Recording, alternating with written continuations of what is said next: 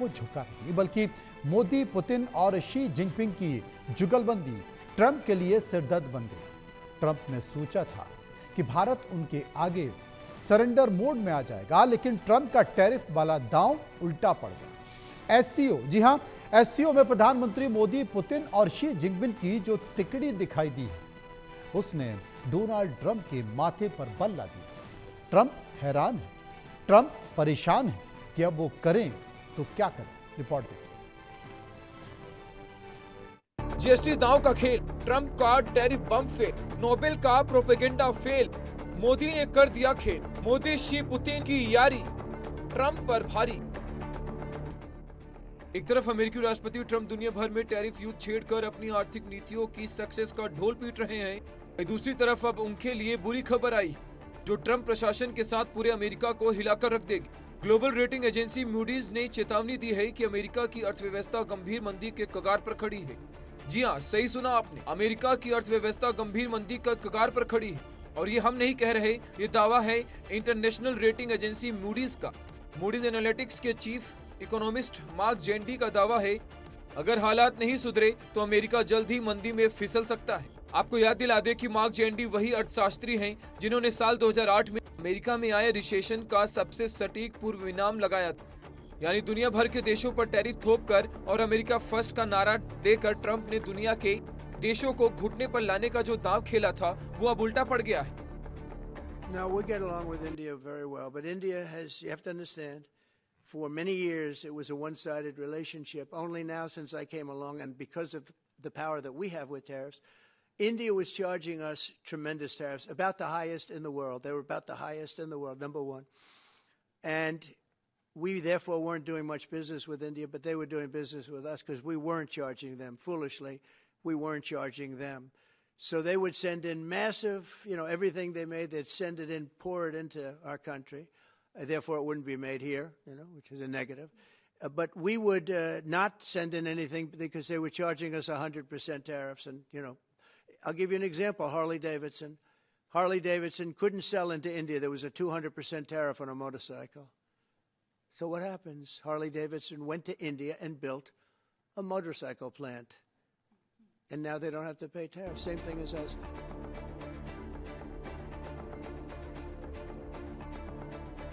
Moody's की ताजा report के मुताबिक अमेरिका की अर्थव्यवस्था का एक बड़ा हिस्सा पहले से ही मुश्किल में है। ये खबर न सिर्फ ट्रंप के लिए बल्कि पूरी अमेरिका के लिए खतरे की घंटी है। मूडीज के चीफ इकोनॉमिस्ट मार्क जेंडी के मुताबिक अमेरिका की अर्थव्यवस्था खतरे में है। अमेरिका के कई राज्य या तो मंदी के चपेट में हैं या फिर मंदी के बहुत बड़े खतरे का सामना कर रहे हैं। ये राज्य अमेरिकी जीडीपी का करीब 1/3 हिस्सा बनाते हैं। इसका मतलब है कि अर्थव्यवस्था का एक बड़ा हिस्सा पहले से ही कमजोर हो चुका है। हाल ही में आई और रिपोर्ट ने भी इस खतरे की पुष्टि की है। इस रिपोर्ट के मुताबिक अगस्त 2025 में अमेरिका का मैन्युफैक्चरिंग पीएमआई 48.7 पर आ गया है। यह आंकड़ा दिखाता है कि अमेरिका के कारखानों की हालत बहुत खराब हो चुकी है। इतना ही नहीं, कारखानों की हालत को ग्रेट रिसेशन के समय से भी बदतर बताया जा रहा है। ग्रेटर रिसेशन 2008-9 में आई वैश्विक मंदी थी जिसने पूरी दुनिया को हिलाकर रख दिया था। रिपोर्ट में साफ साफ कहा गया है कि ट्रंप प्रशासन की टैरिफ नीतियों की वजह से ये संकट बढ़ रहा है। अमेरिका ने कई देशों पर भारी आयात शुल्क लगा दिए हैं जिसका उल्टा असर पड़ रहा है। खासकर मैन्युफैक्चरिंग सेक्टर को इससे बड़ा नुकसान हो रहा है। अगस्त में लगातार छठे महीने इस सेक्टर में गिरावट दर्ज की गई है। कारखाने टैरिफ की वजह से बढ़ते दबाव से जूझ रहे हैं। कारोबारी माहौल इतना खराब हो गया है कि कुछ मैन्युफैक्चरर्स ने इसे महामंदी से भी बदतर बताया है।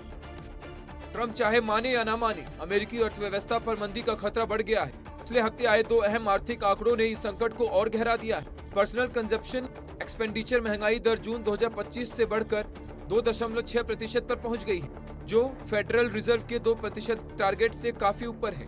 वहीं ब्यूरो ऑफ लेबर स्टेटिस्टिक्स के मुताबिक जुलाई में केवल 73,000 नौकरियां जुड़ी, जबकि 1,10,000 की उम्मीद थी। मई और जून के आंकड़ों को भी घटाकर 2,58,000 की कमी दर्ज की गई है, जिससे अमेरिकी नौकरी बाजार की कमजोरी साफ दिखाई देती है। लेकिन अब भी अमेरिकी राष्ट्रपति इन सब दावों से सबक लेने की बजाय अपना ही राग अलापने में लगे हैं। ट्रंप का दावा है कि टैरिफ से अमेरिका की अर्थव्यवस्था को फायदा होगा, लेकिन मूडीज की रिपोर्ट इसके उलट कहती है। टैरिफ की वजह से सामान की कीमतें बढ़ रही हैं, जिससे आम अमेरिकी नागरिकों को महंगाई का सामना करना पड़ रहा है। कारखानों में प्रोडक्शन कम हो रहा है और कारोबार ठप होने की कगार पर है। ये सब मिलकर अमेरिकी अर्थव्यवस्था को मंदी की ओर धकेल रहे। मूडीज का कहना है कि अगर यही हाल रहा तो मंदी से बचना मुश्किल होगा। ये अमेरिका के लिए सख्त चेतावनी है, जिससे सबक लेकर ट्रंप प्रशासन को जल्द से जल्द ठोस कदम उठाने होंगे। अपनी टैरिफ नीतियों से ढील देनी होगी। दुनिया के सभी देशों को साथ लेकर चलना होगा, नहीं तो ट्रंप की बचकाना नीतियों का गंभीर नतीजा पूरे अमेरिका को भुगतना होगा। Bureau report. अब इसी बात पर देश का सवाल है। देश का सवाल यह है कि क्या मोदी ट्रंप का टैरिफ दांव फेल हो गया? क्या मोदी पुतिन की जुगलबंदी से बैकफुट पर आ गए ट्रंप? क्या ट्रंप के टैरिफ से अमेरिका में मंदी का दौर आ जाएगा? ये सवाल है और इन्हीं सवालों के इर्द गिर्द आज हम चर्चा करने की कोशिश करेंगे, समझने की कोशिश करेंगे। मेरे साथ कुछ मेहमान हैं। डॉक्टर अजय दुआ पूर्व वाणिज्य सचिव हैं, उनसे हम बात करने की कोशिश करेंगे। गोपाल कृष्ण अग्रवाल राष्ट्रीय प्रवक्ता बीजेपी, वो मेरे साथ जुड़ेंगे। दीपक झा प्रवक्ता कांग्रेस मेरे साथ जुड़ेंगे। सबसे पहले मैं अजय दुआ साहब के पास चलूंगा। अजय साहब, मैं आपसे समझने की कोशिश करना चाहता हूं, क्योंकि ट्रंप ने टैरिफ लगा दिया और उस टैरिफ को लेकर बहुत सारे संकेत भी निकल कर आ गए। लेकिन अभी जो एससीओ की बैठक हुई है, एससीओ की बैठक में 3 महाशक्तियां आपस में मिली हैं। उन महाशक्तियों के मिलने के बाद क्या अमेरिका पर, ट्रंप पर इसका कुछ असर पड़ेगा? क्या बैकफुट पर ट्रंप आ सकते हैं या ट्रंप अपनी जिद पर अभी बने रहेंगे?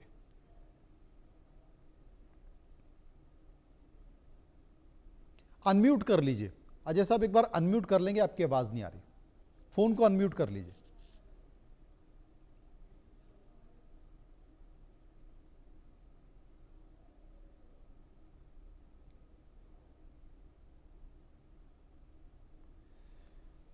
लगता है कि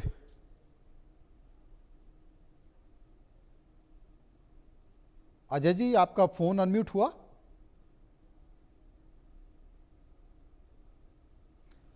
ऑडियो नहीं आ रहा। एक बार दीपक के पास चलते हैं, कांग्रेस के प्रवक्ता। दीपक, आप क्या देखते हैं? एससीओ की समिट में 3 बड़े देशों के राष्ट्राध्यक्ष मौजूद थे। वो तमाम राष्ट्राध्यक्षों ने के संकेत देने की कोशिश की। आपको क्या लगता है कि भारत के दबाव के आगे या एससीओ के दबाव के आगे आने वाले समय में अमेरिका झुकेगा, पीछे हटेगा, भारत के प्रभाव को मानेगा? देखिए मनोज जी, सबसे बड़ी बात है कि जब आप कहते हैं ना अमेरिका को हमने झुका दिया, बड़ी अच्छी बात है। मैं चाहता हूं पूरी दुनिया भारत के सामने झुके।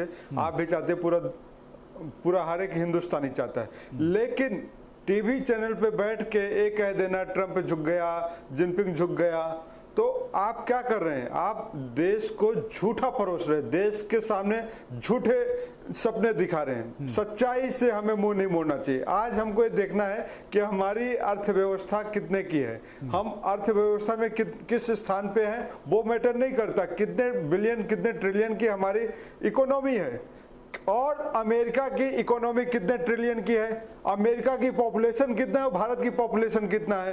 तो दोनों चीजों को जब आप देखते हैं, जब आप कंपेयर करते हैं और फिर हम यहाँ पे बैठ के न्यूज चलाते हैं कि देखो जी अमेरिका झुक गया, अमेरिका का नुकसान। अरे आप भारत का बताइए ना कि भारत का क्या नुकसान होगा, भारत में कितनी बेरोजगारी बढ़ेगी, भारत में कितने लोगों की कंपनियां बंद होंगी, भारत में कितने लोगों की फैक्ट्रियां बंद होंगी, उस पर हमको चर्चा करना चाहिए। 55 से 60 अरब डॉलर का नुकसान भारत का हो रहा है।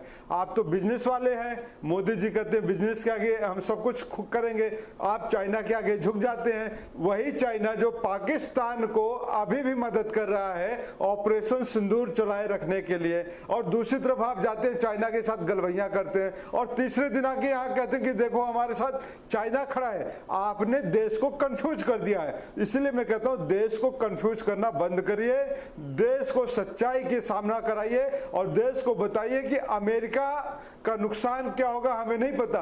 अमेरिका के नुकसान से, अमेरिकन के नुकसान से हमको कोई लेना देना नहीं, लेकिन भारतीयों का नुकसान कितना है। भारत, या तो आप कहिए कि आप पूरी दुनिया को सामान नहीं बेचेंगे, या आप कहिए कि अमेरिका के साथ आप बातचीत करके हल्का रास्ता निकालेंगे। अब आप बताइए मोदी जी कौन सा रास्ता निकालेंगे?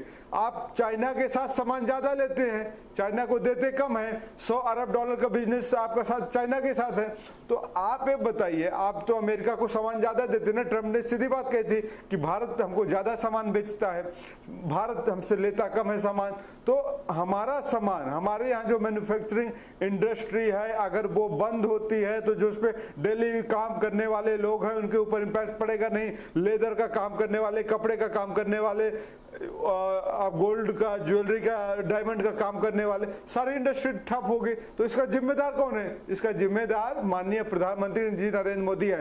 एक शब्द होता है, ना इधर का ना उधर का। इधर से लात पड़ी तो उधर चला गया, उधर से लात पड़ी तो इधर चला गया। आप लोग बचपन में, हम सब लोग स्कूल में देखते थे कि एक बच्चा होता है, इधर से मारो तो उधर चला गया। तो कुछ हालात देश के नरेंद्र मोदी जी के वैसे ही हो चुके हैं। अमेरिका ने चाटा मारा तो चाइना के पल्ले चले जाते हैं, जब चाइना ने आंख दिखाई थी तो अमेरिका चले जाते हैं। आखिर चल क्या रहे? मनु जी, देश को कोई जिम्मेदारी बताएंगे या सिर्फ फोटो खींचने से, दीपक जी क्या है, पे चल लेने से, अच्छे अच्छे कपड़े पहन लेने से देश के प्रधानमंत्री का रुतबा बढ़ जाता है? क्या है दीपक जी कि ये जो टैरिफ लगा, इससे टैरिफ के बाद भारत पर क्या असर हुआ, क्या नहीं हुआ, भारत को कितना नुकसान होगा, कितना रोजगार में कमी आएगी, कितना फायदा होगा, इस पर हम चर्चा कर चुके हैं। लेकिन आज हम चर्चा इस बात को लेकर कर रहे हैं कि एससीओ की जो समिट है, भारत ने जो स्टैंड लिया है कि हम आपके आगे झुकेंगे नहीं। अब मैं पीछे जाना नहीं चाहता कि कहाँ कहाँ भारत झुका है अमेरिका के आगे, लेकिन एक स्टैंड हमने लिया है कि आपने टैरिफ लगा दिया है तो आपकी दादागिरी पर हम झुकेंगे नहीं, हम कोई दूसरा रास्ता अपना लेंगे। हमारे पास बहुत सारे विकल्प, हम चर्चा इस बात को लेकर कर रहे हैं। और क्या, और ये जो भारत ने स्टैंड लिया है, आप तो मानेंगे ना कि अमेरिका में, अमेरिका के ही घर में, ट्रंप के घर में अब इसके कारण ट्रंप का विरोध होने लगा है। लोग ये बात करने लगे हैं कि भाई तमाम देशों से जो अमेरिका के संबंध थे वो खराब हो रहे हैं, अमेरिका को इस बात का नुकसान हो रहा है। तो हम दोनों तरफ की बात कर रहे हैं। आप जो कह रहे हैं उस पर भी हम जवाब ले लेते हैं। भारतीय जनता पार्टी के प्रवक्ता गोपाल कृष्ण मेरे साथ मौजूद हैं। गोपाल जी जवाब दे दिए जिसका जिक्र दीपक झा कर रहे थे। मनोज जी एक बार गोपाल जी की सुन लें। मनोज जी, बात यह है कि ग्लोबल जो चैलेंजेस हैं वह कोई हमारे कंट्रोल में है, ये कोई हम नहीं कह रहे। आज ट्रम्प साहब क्या करेंगे वह कोई हमारे कहने से करेंगे नहीं करेंगे ऐसा नहीं होता। अगर उन्होंने कोई स्टेप लिया है जो कि भारत के हित के अनुसार नहीं है, तो इम्पॉर्टेंट ये है कि भारत का उस समय क्या स्टैंड है। क्या वो अमेरिका के दबाव के अंदर झुक गया या उसने अपने इंटरेस्ट को प्रोटेक्ट करते हुए स्टेप लिए? तो जब से यह ग्लोबल टैरिफ वॉर ट्रंप साहब ने शुरू किया है, तब से भारत में प्रधानमंत्री मोदी जी के अगर हम स्टेप्स देखें तो उन्होंने मजबूती से देश के हित के अंतर्गत स्टेप लिए। अमेरिका ने कहा रशियन ऑयल क्यों खरीदा? हमने कहा भाई हमारे देश के हित के लिए, एनर्जी सिक्योरिटी के लिए ज़रूरी है। हमने 33,000 करोड़ का टैक्स जो कॉस्ट है वो भारत के लिए सेविंग की है 2024-25 में रशियन ऑयल इंपोर्ट करके। With in the global law हमने रशियन ऑयल खरीदा और किसी के दबाव में उस रशियन ऑयल को खरीदने से रोका नहीं। एक बात। दूसरी बात, अमेरिका ने कहा कि भाई आप एग्रीकल्चर सेक्टर को खोलो, आप डेयरी प्रोडक्ट को खोलो, आप एमएसएमई सेक्टर को खोलो। हमने कहा भाई ये तीनों महत्वपूर्ण है, हम इन तीनों में हमारी देश की अर्थव्यवस्था को डीरेल करेंगे, हमारे एम्प्लॉयमेंट को दिक्कत करेंगे, हमारे कृषि क्षेत्र को दिक्कत करेंगे। हम इन क्षेत्र को ग्लोबल यूएस के लिए नहीं खोल सकते। तो महत्व, और फिर अगर हमें कोई सॉवरेन कंट्री है, हम देश के हित में इंटरेस्ट लेंगे। हम क्वेड के भी सदस्य हैं, हम एससीओ के भी सदस्य हैं, हम G20 प्लेटफॉर्म पे भी महत्वपूर्ण काम करते हैं, हम वर्ल्ड बैंक सबके साथ काम करते हैं।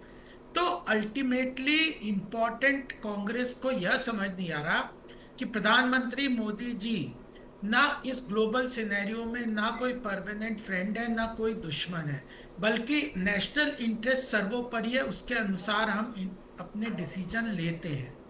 अगर पाकिस्तान टेररिस्ट अटैक करता है तो हम ऑपरेशन सिंदूर से उसको करारा जवाब देते हैं। तो बात ये, हमने आज अर्थव्यवस्था, अभी परसों नरसों रिपोर्ट आई है कि भारत की GDP growth rate first quarter में 7.8% की है।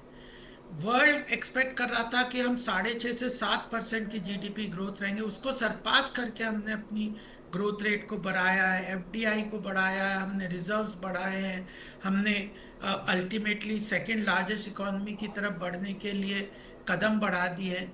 मैन्युफैक्चरिंग, आज आज और कल सेमीकंडक्टर की इंडस्ट्री जो ग्लोबल लेवल पे टेक्नोलॉजी के रूप में लीडरशिप प्रोवाइड करती है, वो भारत बना रहा है, चिप्स बना रहा है।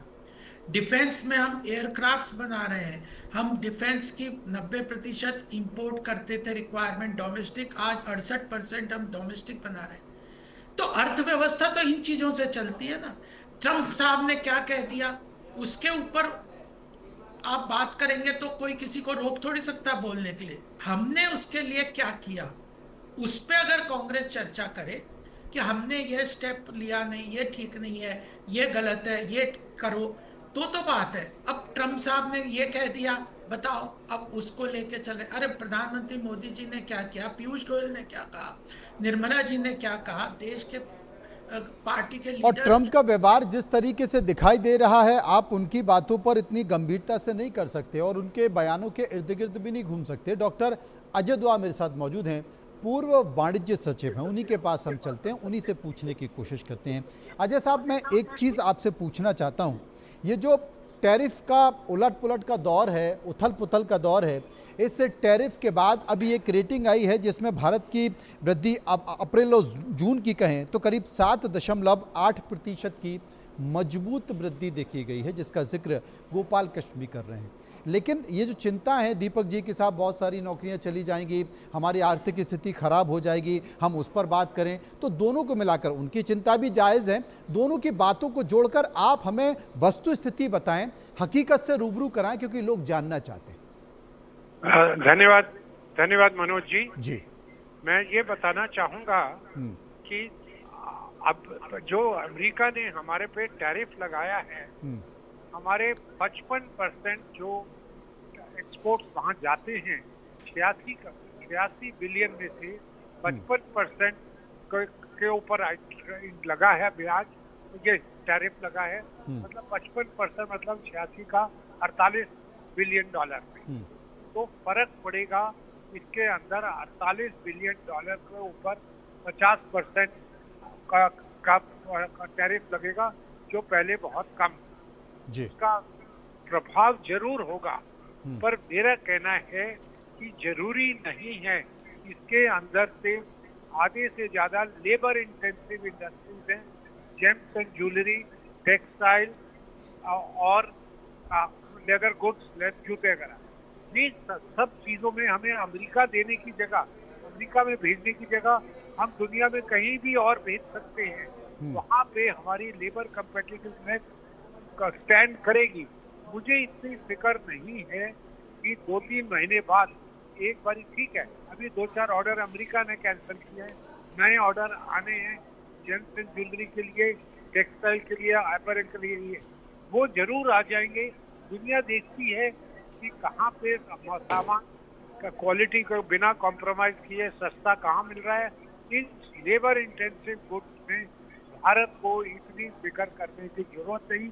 1-2 महीने के लिए जो सरकार अब बेनिफिट देने वाली है तो एक्सपोर्टर्स को, फिजिकल और फाइनेंशियल बेनिफिट जो बात हो रही है, और आज और कल में जो जीएसटी बेनिफिट निकल आएगा, फाइनल हो जाएगा, मुझे लगता है हम इस परिस्थिति को पार जरूर कर पाएंगे। और 2-3 महीने के बाद ट्रम्प साहब के टैरिफ का हमें इतना ज्यादा प्रभाव रहेगा ही नहीं। ये पहला। दूसरा मैं कहना चाहूंगा जी, अभी जो हमें 7.8% फर्स्ट क्वार्टर में ग्रोथ मिली है, ये बहुत अच्छी है, पिछले साल से ज्यादा अच्छी है, पर तब भी इसको सस्टेन करना के लिए हमें कई और मुद्दों को ऊपर विचार करने की जरूरत है। प्रधानमंत्री जी ने ही इसे लाल किले से कहा है कि नेक्स्ट जनरेशन रिफॉर्म मैं शुरू करने वाला हूँ। उसका फर्स्ट स्टेप आज और कल में जीएसटी के ऊपर है, और जो जीएसटी का 2 रेट रह जाएंगे, 5% और 18% बाकी 2 स्लैब चले जाएंगे। उससे अनुमान लगाया जा रहा है कि 2 ट्रिलियन रुपए जो भारत के खर्चे, जो घर वाले घरेलू खर्चा होता है, हाउस होल्ड एक्सपेंडिचर, उससे 8% वो बढ़ जाएगा। आज जीडीपी का वो 60% है, इन एक मेजर से 60 से 68% हो जाता है। तो हमारी डोमेस्टिक कंजम्पशन, लोगों के हाथ में जब और इनकम होगी, डिस्पोजेबल इनकम ज्यादा होगी, लोग रुके इसलिए हुए हैं क्योंकि घोषणा कर दी गई है कि आप रुकिए, दिवाली से पहले ये बेनिफिट मिलने वाला है। मेरे को लगता है दिवाली तक भी सरकार इंतजार नहीं करने वाली, ये अगले 1-2 हफ्ते में ही आ जाएगा। उससे आप देखेंगे ये जो त्योहार का अवसर है, इसके अंदर कितनी डिमांड बढ़ेगी और हाउस होल्ड कंजम्पशन कुछ सब्स्टिट्यूट कर देगी, जो आप एक्सपोर्ट के ऊपर असर पड़ने का शॉर्ट टर्म में पड़ने वाला है, जो ट्रम्प साहब कर रहे हैं। जी दीपक जी, आपने सुना, क्योंकि डॉक्टर अजय द्वा तो पूर्व वाणिज्य सचिव रह चुके हैं और उद्योग, इंपोर्ट एक्सपोर्ट हमसे ज़्यादा बेहतर समझते हैं। आपने सुना कि बहुत अच्छी ग्रोथ हमारी इस क्वार्टर की निकल कर आई है और आने वाले समय में बहुत ज़्यादा असर नहीं होगा, चूँकि हमको ऐसी परिस्थिति में अमेरिका के आगे झुक नहीं सकते, ट्रंप के आगे नहीं झुक सकते, हमें अपने विकल्प तलाशने होंगे, इसलिए एक बेहतर स्थिति में भारत है। आप चाहते हैं कि हम खाली गिलास की चर्चा करें और गोपाल जी चाहते हैं कि नहीं, भले गिलास की चर्चा हो, लेकिन खाली और भरे हुए दोनों गिलास की चर्चा होनी चाहिए, जिसको बहुत बेहतर तरीके से डॉक्टर अजय द्वा साहब ने समझाने की कोशिश की। दीपक जी। जी मनोज जी, सबसे पहली बात है, तो आप मानते हैं कि भारत को अमेरिका से व्यापार बंद कर देना चाहिए? अमेरिका के लिए मैं कहाँ मानता हूं? अमेरिका हमारे लिए कोई बाजार ही नहीं है। नहीं, मैं क्यों मानता हूं? अभी तो बहुत सारी ऐसी बहुत सारे गुड्स हैं जिस पर अमेरिका ने टैरिफ ही नहीं लगाया। तो वही मैं कह रहा हूं ना कि आप क्या चाहते हैं, अजय द्वा जी क्या चाहते हैं कि अमेरिका के साथ व्यापार बंद होना चाहिए? पहली बात, हाँ या ना? नहीं, क्यों बंद होना चाहिए? आप बंद होने पे क्यों अड़े हुए हैं? जो चीज हम चल रहा है चलने दीजिए। जो चीज हम बेच नहीं, मैं बंद होने पे नहीं है, जो लोग दलीलें दे रहे हैं कि बहुत अच्छा होगा, हम सब कर लेंगे, अरे हम कर लेंगे, हमारे ऊपर मुश्किलें आती हैं, हम निकल जाएंगे, लेकिन हम वर्तमान परिस्थितियों पे चर्चा कर रहे हैं। चर्चा करने का मतलब है दोनों पहलू, सिक्के के दोनों पहलू पे हम चर्चा करेंगे। मनु जी, बात है कि ये कौन व्यक्ति है ट्रंप? जब भारत के प्रधानमंत्री अमेरिका जाते हैं और जोर शोर से नारे लगवाते हैं अब की बार ट्रंप सरकार, क्या हुआ था? देश में पहली बार ऐसा हुआ था कि कोई व्यक्ति बाहर जाके इस तरह चुनावी रैली करता है। नरेंद्र मोदी जी जब ट्रंप को अमेरिका से भारत में लेके आते हैं, सबने देखा था किस तरीके से अहमदाबाद में नरेंद्र मोदी स्टेडियम का इनॉग्रेशन करना था, वहां पे मैच करवाना था, किस तरीके से ट्रंप को लाने ले जाने के लिए 100-500 करोड़ रुपए भारतीय अर्थव्यवस्था में से निकाल के वहां पे स्वाहा किया गया था। कोई बहुत छोटी मोटी रकम नहीं होती 500 करोड़, एक मेडिकल कॉलेज खड़ा किया जा सकता था उस 500। लेकिन जब नरेंद्र मोदी जी को अपने अहंकार की संतुष्टि करना होता है, अहंकार की पुष्टि करना होता है, तो मान लीजिए चलो स्वागत के लिए खर्चा कर दिया, लेकिन क्या निकला? आपने जिसको दोस्त बोलते थे उस दोस्त ने आपको लात मार दिया। यही हुआ ना। आपने कहा कि अमेरिका आपके साथ सबसे बड़ा दोस्त है, हर मुश्किल वक्त में खड़ा रहेगा, लेकिन आपसे क्या कर दिया? अमेरिका ने 50% टैरिफ लगा दिया। इसके मान लीजिए नुकसान नहीं है, लेकिन अमेरिका ने टैरिफ लगाया क्यों? सवाल ये बनता है। भारत के साथ उसने इतना कड़ा रुख अपनाया क्यों? सवाल ये उठता है। जवाब इसका कौन देगा? नरेंद्र मोदी जी देंगे, भारत सरकार देगी, उनके प्रवक्ता देंगे, या दुआ साहब देंगे? कौन देगा? आखिर क्यों इतने पैसों की बर्बादी, इतनी समय की बर्बादी? अन्य देशों के साथ आपने दुश्मनी मोल ले लिया। रूस आपका एक परमानेंट स्थायी दोस्त था, उससे हम पहले से ही तेल खरीदते आ रहे। आज तक किसी अमेरिकी की इतनी हिम्मत नहीं होती थी आपको आंख दिखा के कह सके कि आप उससे तेल खरीदा बंद करो, कोई आपको एडवाइस कर सकता था। लेकिन आज ही क्यों, नरेंद्र मोदी के शासन काल में ही क्यों ट्रंप कह रहा है कि आप ये काम करो, ये नहीं करो, ऐसा करो, वैसा करो? क्यों कहता है? क्यों? क्योंकि नरेंद्र मोदी जी ने घुटने टेक दिए हैं, सरेंडर कर चुके हैं। सरेंडर कृष्ण जी करने से वाले जवाब ले व्यक्ति लें। को कभी भी कोई भी आंख दिखा के जा सकता है। ये भारत का अपमान है कि भारत के ऊपर 50% टैरिफ लगाता है अमेरिका। ये भारतीयों का अपमान है। जो भारतीय उद्योग यहाँ पे सिर्फ एक्सपोर्ट करने का काम करते हैं, जो भारत में अपना सामान नहीं बेचते हैं, आज उनके लिए क्या हालात होंगे आप बताइए। दीपक जी, देश केवल में भारत पर किस टैरिफ तरीके तो से नहीं लगाया, नरेंद्र मोदी जी जाके केवल उनको भारत कहेंगे कि पर मैं तो तुम्हारी टैरिफ मदद नहीं कर रहा लगाया हूं। है, और भी दूसरे देशों पर टैरिफ लगा रहे हैं। चाइना पर भी टैरिफ लगाने की बात कर रहा है, तो मुझे अकेले और भारत के देशों से साथ ऐसा मतलब नहीं किया भाई। है। भाई मुझे और देशों से मतलब नहीं है, मुझे भारत से मतलब है। मैं भारतीय हूं। नरेंद्र मोदी जी एक अमेरिकी राष्ट्रपति का स्वागत जिस तरीके से किया, शायद दुनिया में किसी भी देश ने गोपाल जी, ट्रंप का इतना दीपक स्वागत जी को नहीं किया तकलीफ होगा। ये है ट्रंप कि के आपने ऊपर इतने स्वागत पैसों की क्यों किया बर्बादी था? नहीं किया होगा। देखिए, अमेरिका से अरे रिलेशन भाई स्वागत करिए ना, स्वागत करने से कौन मना करता है, लेकिन खुदा पहाड़ निकली चुईया। आप इसीलिए स्वागत किए थे कि ट्रंप आपको लाल आंख दिखाए। जवाब गोपाल जी, आपने जवाब इसीलिए ट्रंप से दोस्ती करनी चाहिए थी कि ट्रंप आपके ऊपर 50% टैरिफ लगा दे। तो किस लिए? आपको पता होना चाहिए दूरदर्शिता क्या है, राजनीति क्या है, विदेश नीति क्या है। सारी नीतियां फेल हो चुकी हैं। अमेरिका आपके साथ खड़ा नहीं होता है, आप पाकिस्तान के साथ युद्ध खड़े होते हैं, लड़ने जाते हैं।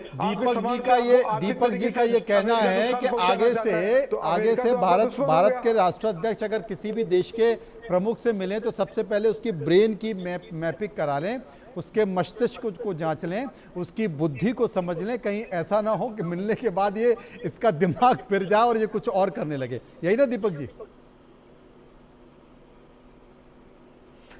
मनोज जी, आप सीनियर पत्रकार हैं, समझदार व्यक्ति हैं, लेकिन बातों से आपको लगता है कि आप किसी एक व्यक्ति को बचा रहे हैं। बचाइए, कोई दिक्कत नहीं। आप भारत की बात करते हैं, दीपक जी, अच्छा ये बताइए, राष्ट्र की बात करते हैं, आप ये बताइए, भारत के लिए खड़े होते तो आप मुझे ये बताइए कि ट्रंप की बुद्धि फिर जाएगी और पूरी दुनिया के तमाम देशों पर टैरिफ लगाने लगेगा, ये किसको पता था? आप मुझे बताइए, किसको पता था?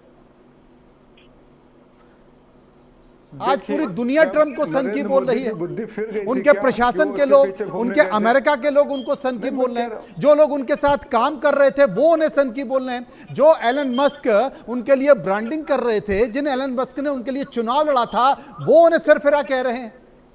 आप मुझे बताइए, तो अब पहले बुद्धि का परीक्षण कर लिया जाए किसी से मिलने से पहले। आप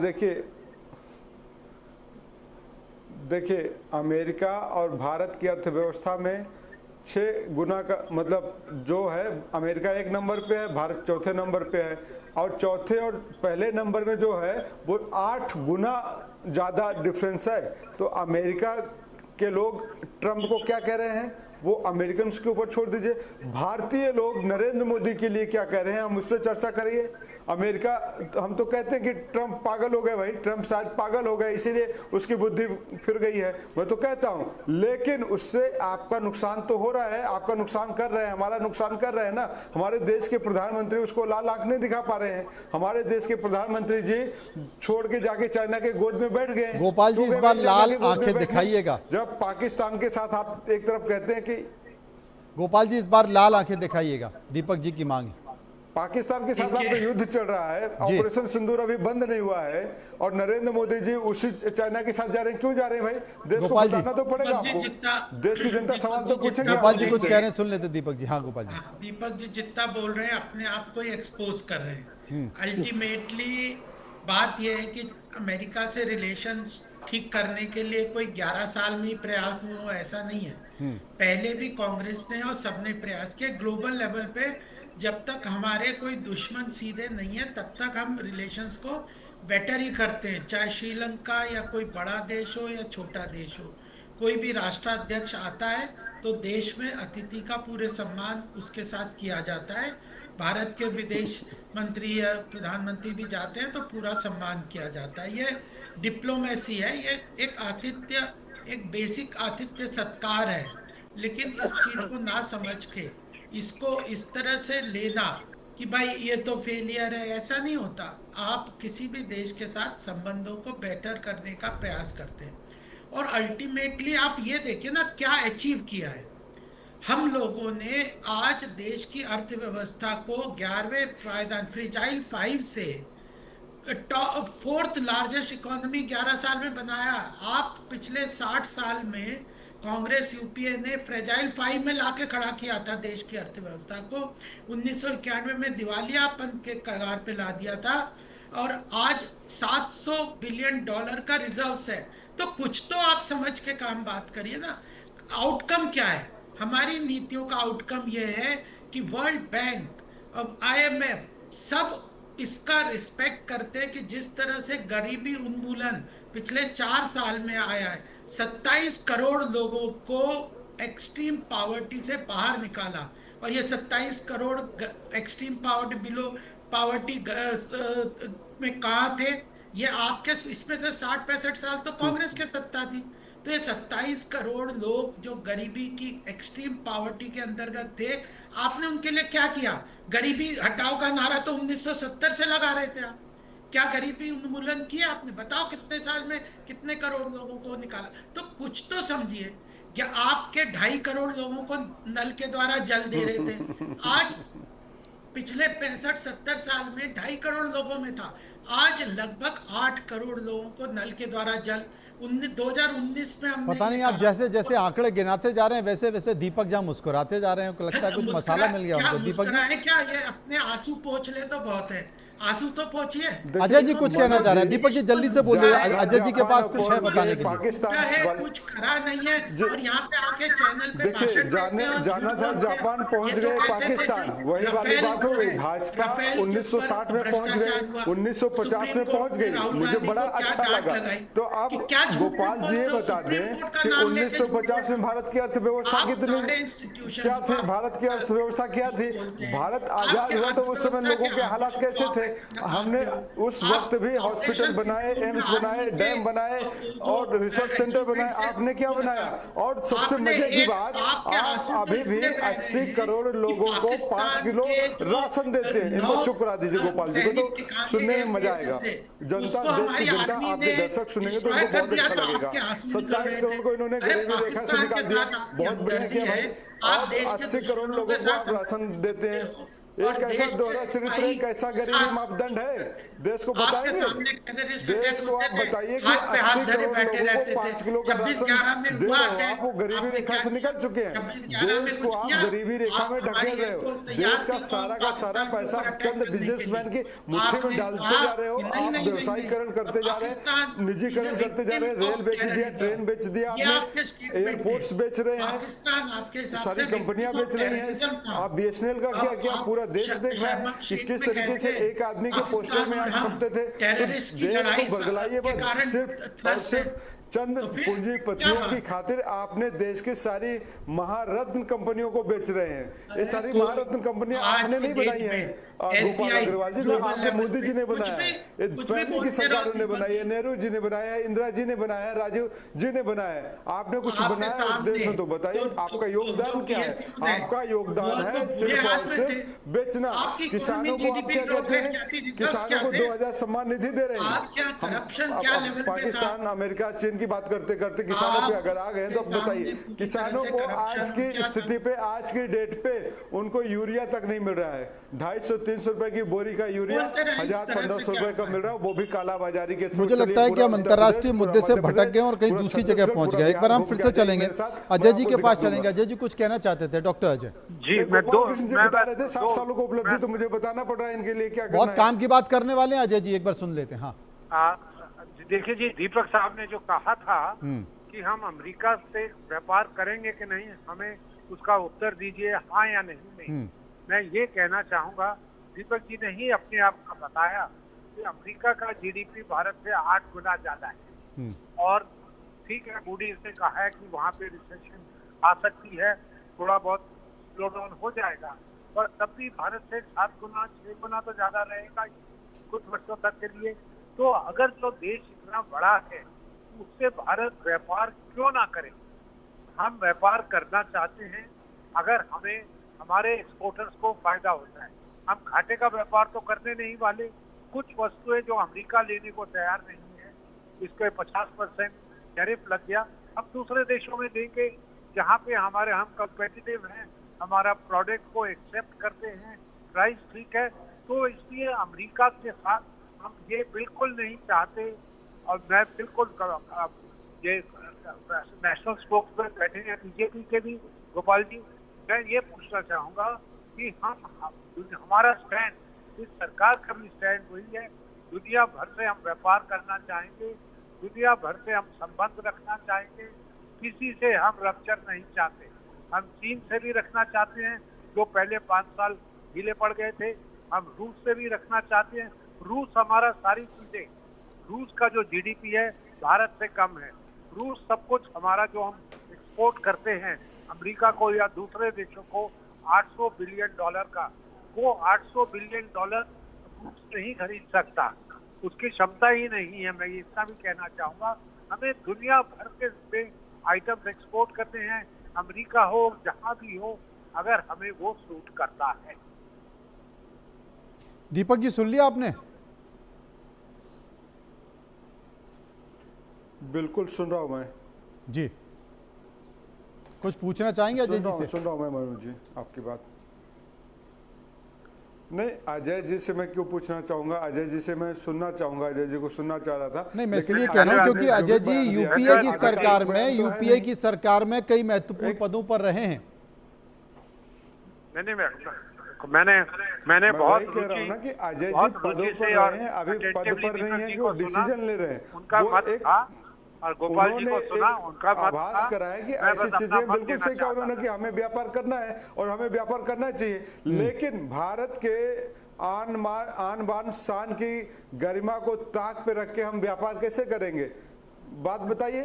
भारत को आज ट्रंप लाल आंख दिखा रहा है और नरेंद्र मोदी जी खामोश हैं। ट्रंप आके 27 बार कह जाते हैं हमने सीज फायर करा, ट्रंप कहते हैं कि नरेंद्र मोदी तुम सरेंडर कर दो और नरेंद्र मोदी जी सरेंडर कर देते हैं। तो ट्रंप की कितनी बात मान के भारत के लोगों की बेइज्जती कराएंगे? बात यह है, भारत पे क्यों 50% का लगा? पूरी दुनिया पे लगता है, पाकिस्तान पे लगता है तो मुझे खुशी मिलती, चाइना पे लगाता है ट्रंप तो बहुत खुशी मिलती, लेकिन भारत पे क्यों? भारत का तो बड़ा करीबी था, भारत को तो बहुत विश्वास था कि नरेंद्र मोदी जी क्या बहुत दोस्ती है, घनिष्ठता है। भारतीय मीडिया और आप ही लोग दिखाते थे गले मिल रहे हैं, झप्पी पा रहे हैं, यही था, यही दोस्ती थी। मैं तो पहले से कह रहा हूं और अभी भी यही कहूंगा, लेकिन बात यह है कि भारत का नुकसान कितना है। अमेरिका का नुकसान तो है, तो चलो ठीक है, वो अमेरिका जाने, अमेरिकन जाने, अमेरिका के लोग जाने, लेकिन हम भारतीय हैं, हम भारत के लोगों का नुकसान जानना चाहेंगे कि हमारा कितना नुकसान हो रहा है। जैसा कि मैंने कहा कि 55 से 60 अरब डॉलर का नुकसान है हमारा। अगर इसके लिए क्या उपाय है, या कि नरेंद्र मोदी जी कहेंगे हम अमेरिका के साथ व्यापार पूरी तरीके से बंद कर देंगे? डॉक्टर अजय 55 से 60 अरब डॉलर का नुकसान हमारा है, तो क्या फायदा नहीं है? नहीं, मैं ये अगर मैं उत्तर देना चाहूंगा कि अगर आपने अमेरिका को 50 साल, मैं तो कह रहा हूं कि 41 बिलियन डॉलर का ऊपर फर्क पड़ता है, जो 55% हम कह रहे हैं ट्रेड है, 55 में से 20 बिलियन जाता रहेगा, 20 ना भी जाए, हम उसके लिए 1-2 महीने में ही दूसरी जगह दुनिया में मार्केट मिल सकती है। हमें हिंदुस्तान में भी कुछ माल बिक जाएगा, कुछ माल नए मार्केट, हम एफटीए की इंतजार नहीं मैं कह रहा, एफटीए को साइन करते करते फोर्स पे आते साल 1.5 साल लग जाता है, वो मीडियम टर्म है, पर बिना माल एफटीए के भी जो आजकल के हमारे संबंध हैं उसके थ्रू ही 20-25 बिलियन डॉलर माल हम दूसरी मार्केट में बेच सकेंगे, क्योंकि हम कंपेटिटिव हैं, लेबर इंटेंसिव आइटम है ये 20-25 बिलियन डॉलर, और उसको टेम्पररी अगर लेबर को नौकरी नहीं मिल रही तो सरकार कह रही है कि हम उनको मदद करने को तैयार है, एक्सपोर्टर्स को, इंडस्ट्री वालों को, वर्कर्स को, वो चाहिए। जीएसटी कम हो जाता है तो यही आधा माल हिंदुस्तान में बीत जाएगा।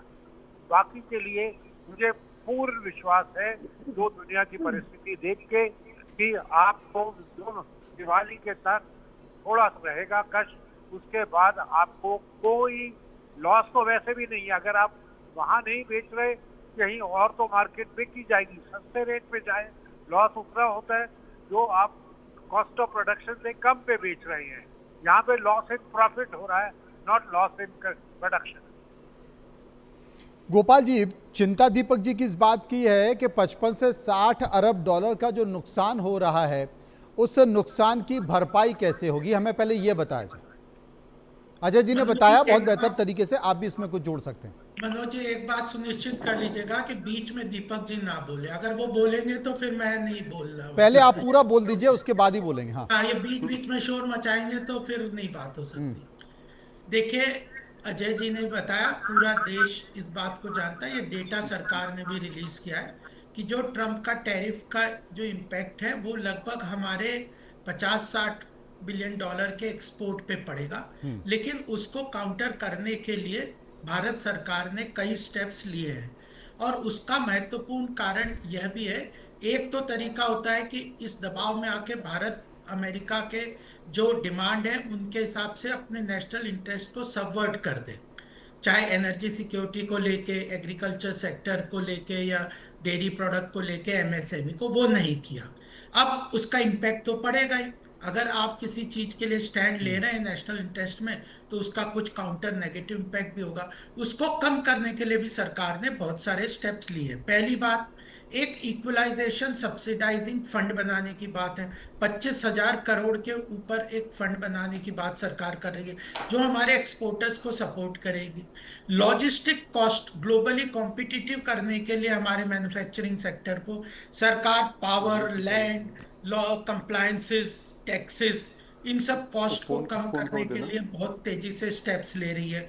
तीसरी बात, हम ऑल्टरनेटिव मार्केट्स हैं, चाहे यूरोप है, अमेरिका, जो यूरोप है, जर्मनी है, इंग्लैंड है, उन सब चीजों के ऊपर सरकार उनके साथ बायलैटरल ट्रेड एग्रीमेंट कर रही है, ताकि हमें ऑल्टरनेटिव मार्केट्स मिल जाए।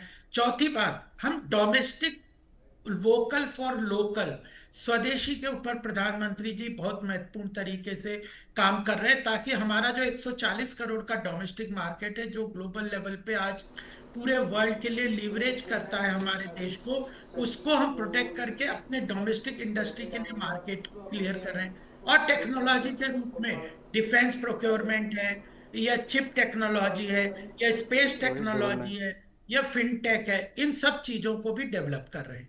पीएलआई भी लेके आए। तो डोमेस्टिक मैन्युफैक्चरिंग को स्ट्रॉन्ग करना, कॉम्पिटिटिव करना, हमारे डोमेस्टिक मार्केट को प्रोटेक्ट करना, सब्सिडाइज करके हमारे एक्सपोर्टर्स को स्ट्रेंथन करना, उनके टैक्सेशन कम करना, कंज्यूमर्स को जीएसटी के अंदर का कम करना है। तो यही तो स्टेप्स है, इसी से देश की अर्थव्यवस्था मजबूत बनती है। ये सारे काम कर रहे हैं, तो जो लॉस होगा उसकी भरपाई हम कर ही रहे हैं। और मैंने एक ही फिगर बताई थी कि 33,000 करोड़ का जो ऑयल इंपोर्ट में एक साल में भारत ने रशियन ऑयल इंपोर्ट करके पैसा अपने देश के एनर्जी सिक्योरिटी के लिए सिक्योर कम किया है, बचाया है। आज हमारा 80 से 90% ऑयल जो है हम बाहर से इंपोर्ट करते हैं, और अगर हमने रशिया का $60 का ऑयल इंपोर्ट किया है, तो हमने डायरेक्ट लगभग कई हजार करोड़ बचाए, और ग्लोबल मार्केट में भी इस मार्केट को, ऑयल मार्केट को स्टेबलाइज किया है जी। ऑल्टरनेटिव एनर्जी के सोर्सेज हम भी कर, इतने सारे कदम अगर किसी को नहीं दिखते तो वह यह है कि वो आंखें बंद करके बैठे हुए। दीपक जी, सुना आपने, अजय जी भी ने इसी बात का जिक्र किया, गोपाल जी भी उस बात का जिक्र कर रहे हैं कि ठीक है 55 से 60 अरब की चिंता है, तो उसमें बहुत सारा जो माल है जो बना लिया गया है उसे मार्केट के तौर पर दूसरे देशों में बात की जाएगी, दूसरे देशों में बेचा जाएगा। जहां लॉस हो रहा है, जहां नुकसान हो रहा है, जो अमेरिका में सप्लाई हो रहा था उसमें, चाहे वो सब्सिडी देने की बात हो या पीएलआई स्कीम की बात हो, ये तमाम तरह के विकल्प हैं जो केंद्र सरकार विचार कर रही है। दीपक जी,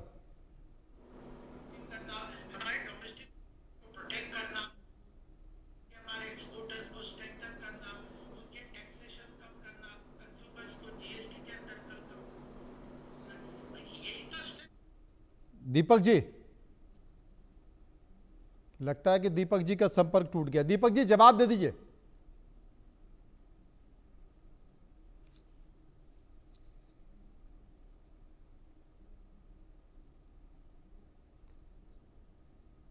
लगता है उनका संपर्क टूट गया। अजय जी हमारे साथ मौजूद हैं। अजय जी, एक बार मैं आपकी अंतिम प्रतिक्रिया लेना चाहता हूं।